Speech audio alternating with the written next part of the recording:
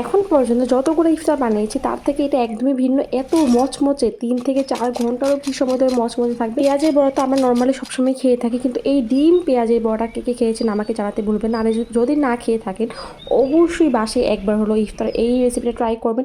ইনশাল্লাহ আশা করি সবার অনেক বেশি পছন্দ হবে। এর জন্য এখানে আমি পেঁয়াজ নিয়ে নিয়েছি। পেঁয়াজটাকে আমি আগে থেকে লবণ দিয়ে খুব ভালোভাবে চেটকে রেখে দিয়েছিলাম ১ ঘন্টার জন্য।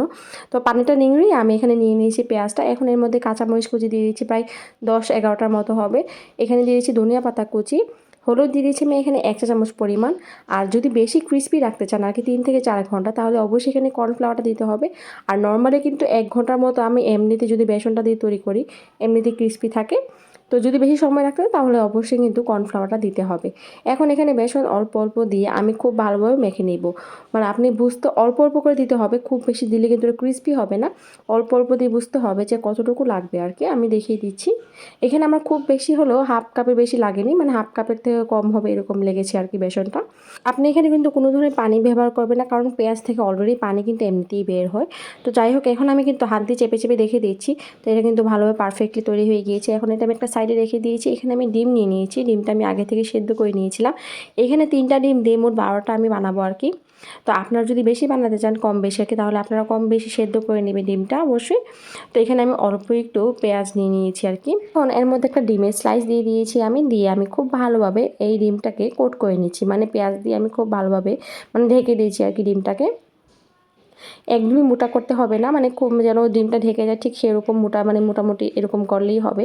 তো হাত দিয়ে চেপে দিলে দেখবেন এটা ঠিক এভাবে তৈরি হয়ে যাবে। এভাবে করে আমি সবগুলোই বানিয়ে নিয়েছি। বানানো যে এত সহজ আর খেতে যে এত বেশি মজা। আপনি বানাবেন একদিকে, ইফতারে যখন রাখবেন এটা ছাড়া অন্য কেউ চোখেই দেখবে না, এটা সবার আগেই শেষ হয়ে যাবে। তো অবশ্যই কিন্তু বেশি বেশি করে বানিয়ে নেবেন ফ্যামিলি সবার জন্য। তো এখানে আমি মোট 8টা বানিয়ে নিয়েছি। এখন আমি 8টা ভেজে নিয়েছি, বাকি 4টা আমি আবার পরে ভাজবো। এর জন্য পর্যাপ্ত পরিমাণ তেলটা আমি গরম করে নিয়েছি। অবশ্যই তেলটা খুব ভালোভাবে গরম করে নেবেন। আমরা কিন্তু বেশিরভাগ সময় আলুর চপটা বানাই সবাই, মানে ডিম আলুর চপটা আর কি। তো আমি হঠাৎ করে এই রেসিপিটা মানে একটা ফেসবুকে দেখলাম যে অনেক বেশি ভাইরাল হয়েছে। তো আমার কাছে দেখে মনে হয়েছে যে অনেকটা হয়তো বা ভিন্ন আছে। তো আসলে আমি যখন এটা ট্রাই করেছি আমার কাছে পার্সোনালি আলুর চপের থেকে বেশি এটা অনেক বেশি ভালো লেগেছে। তো আলুর চপ তো আমরা সবাই খেয়ে থাকি, বেশিরভাগ সময় দেখবেন আলুর চপটা অনেক বেশি ফেমাস। তো আমি মনে করি এই ডিম আর পেঁয়াজের চপটা অনেক বেশি ফেমাস হবে, কারণ এটাও অনেক বেশি মানে ভালো লেগেছে আমার কাছে। আমি একটা রিকোয়েস্ট করবো, আপনারাও ইফতারে একবার হলো এই রেসিপিটা ট্রাই করবেন। আশা করি আপনাদের পরিবার সবারই অনেক বেশি পছন্দ হবে। তো যাই হোক, যখন এত সুন্দর একটা কালার চলে আসবে তারপরে কিন্তু আপনারা উঠিয়ে নেবেন। আমি যখন এটা প্লেটে রাখছি মানে আওয়াজটা রাখার পরে বুঝতে পারছেন কতটা বেশি এবার ক্রিস্পি হয়েছে।